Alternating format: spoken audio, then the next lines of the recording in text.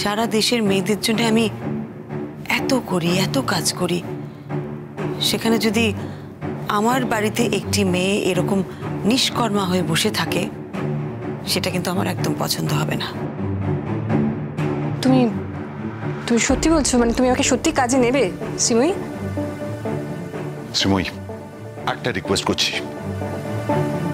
নিজের কাজের জগতে অন্তত এই মহিলাকে ঢুকিও না। তোমার অতীত অভিজ্ঞতা থেকে তোমার শেখা উচিত। আজ আর জুন আমার কোনো ক্ষতি করতে পারবে না। তবে হ্যাঁ, জুন যদি আমার টার্মসে আমার সংস্থাতে কাজ করে, আমার নিতে কোনো আপত্তি নেই, নিশ্চয়ই করবে। তবে এখন না, আগে আমার ডিঙ্কার বিয়েটা মিটে যাক, তারপরে দেখা যাবে।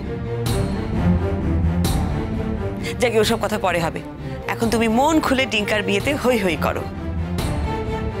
ঘরের কোণে মুখ লুকিয়ে একদম থাকবে না, আর ডিঙ্কার জন্য তোমাকে ভাবতে হবে না।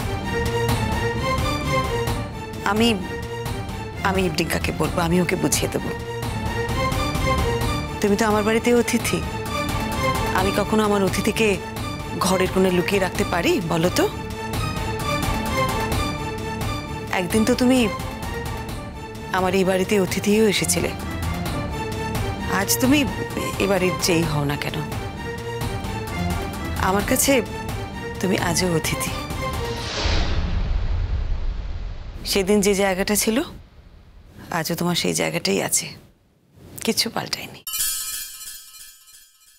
যাকে আমি বেরোচ্ছি, এই কথাটাই বলতে এসেছিলাম, আসি।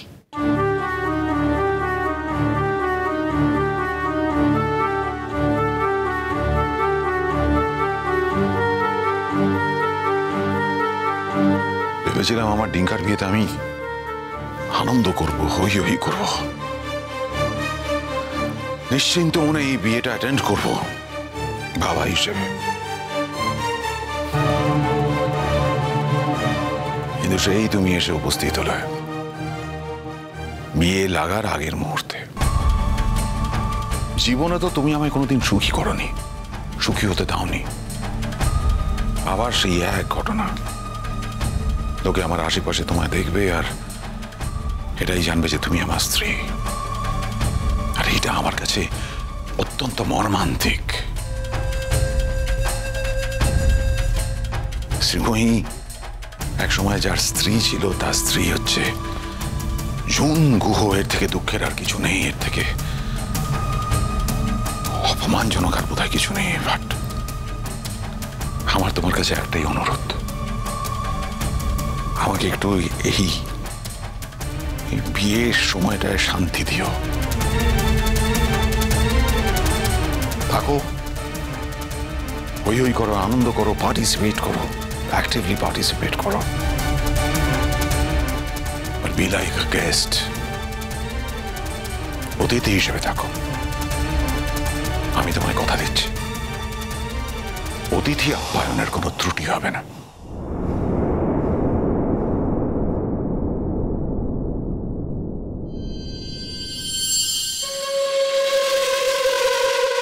রমা দাস কে আছে? এই যে আমি। আচ্ছা, একটু দাঁড়িয়ে যাও। এরপর রমা দাস এসছে, পাঠিয়ে দেব? আমি যাচ্ছি, বাইরে গিয়ে বসি। হ্যাঁ কাকু। যা।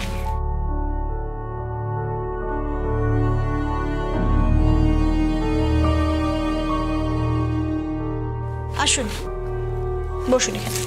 আসুন বসুন। কেমন আছেন এখন? ওষুধগুলো খাচ্ছেন?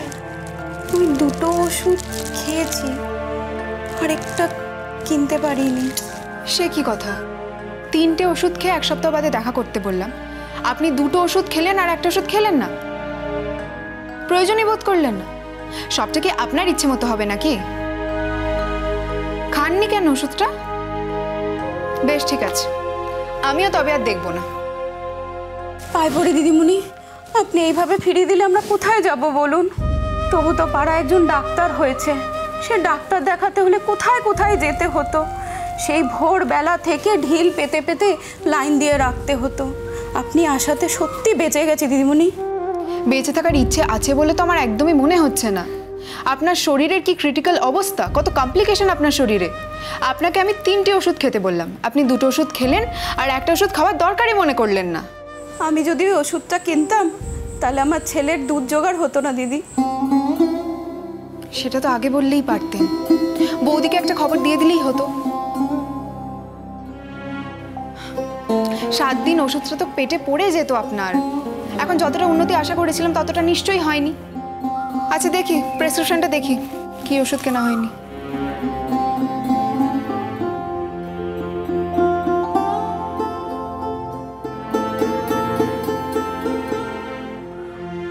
বাহ, আসল ওষুধটাই কেনা হয়নি। বৌদি বুঝেছি। আচ্ছা দিদি, এইভাবে তুমি কতজনকে সারাবে? লোকে অর্ধেক ওষুধ কিনবে, অর্ধেক ওষুধ কিনবে না।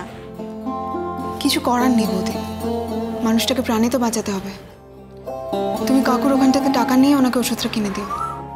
ওষুধটা বৌদি আপনাকে কিনে দেবে, আপনি কিন্তু ওষুধটা খাবেন। আর 7 দিন বাদে এসে আবার আমার সঙ্গে যোগাযোগ করবেন, ঠিক আছে? আসুন।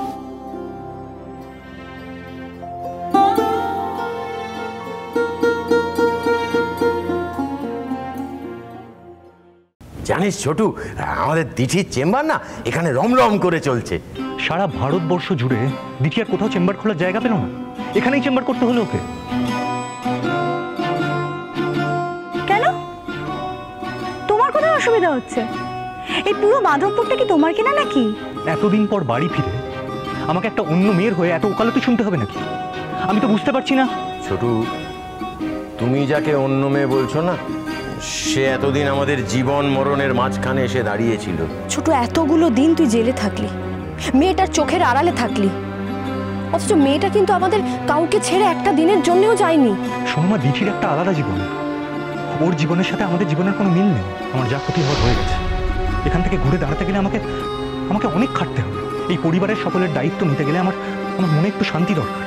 আমি যদি প্রতি মুহূর্তে ভাবতে থাকি যে অন্য কারোর দয়ায় আমাদের পরিবারের জীবনটা চলছে, তাহলে সেই জীবনটা আমি অন্তত মেনে নিতে পারবো না। আসছি একটু।